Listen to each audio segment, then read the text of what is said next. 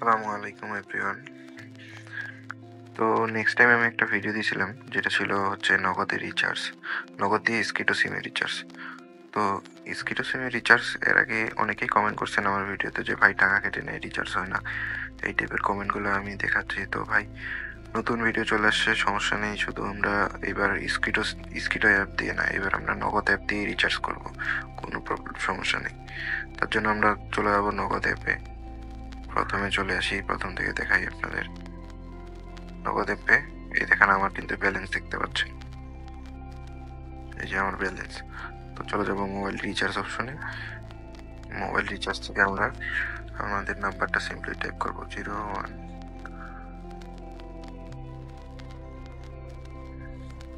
আমার নাম্বারটা এখানে সেভ করাই আছে, যার কারণে দেখাচ্ছে। তো নাম্বারটা আমি সিলেক্ট করে দিলাম। এরপরে এখানে স্কিটের কোনো অপশন যদিও নাই, আপনারা চলে যাবেন গ্রামীণ ফোনে। তারপরে এখানে আপনাদের সিম্পলি অ্যামাউন্টটা দিয়ে দেবেন, যেমন আমি 20 টাকা রিচার্জ করতেছি। নেক্সট অপশনে ক্লিক করে দেবেন।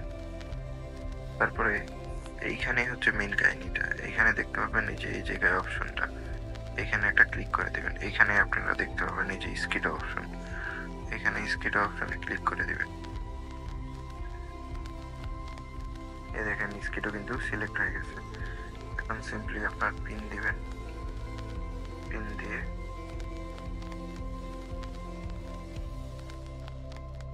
একটু হোল্ড করলেই কিন্তু আমাদের মোবাইল রিচার্জ হয়ে যাবে। আমি আপনাদের ব্যালেন্স চেক করে দেখাচ্ছি, সমস্যা নেই।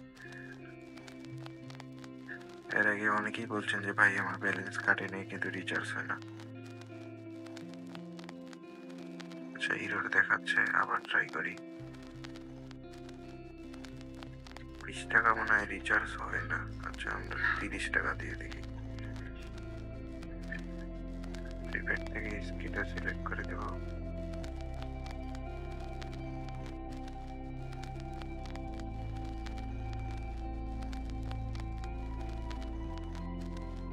বাস, দেখবেন হোল্ড করে দেখি রিচার্জ হয় কিনা।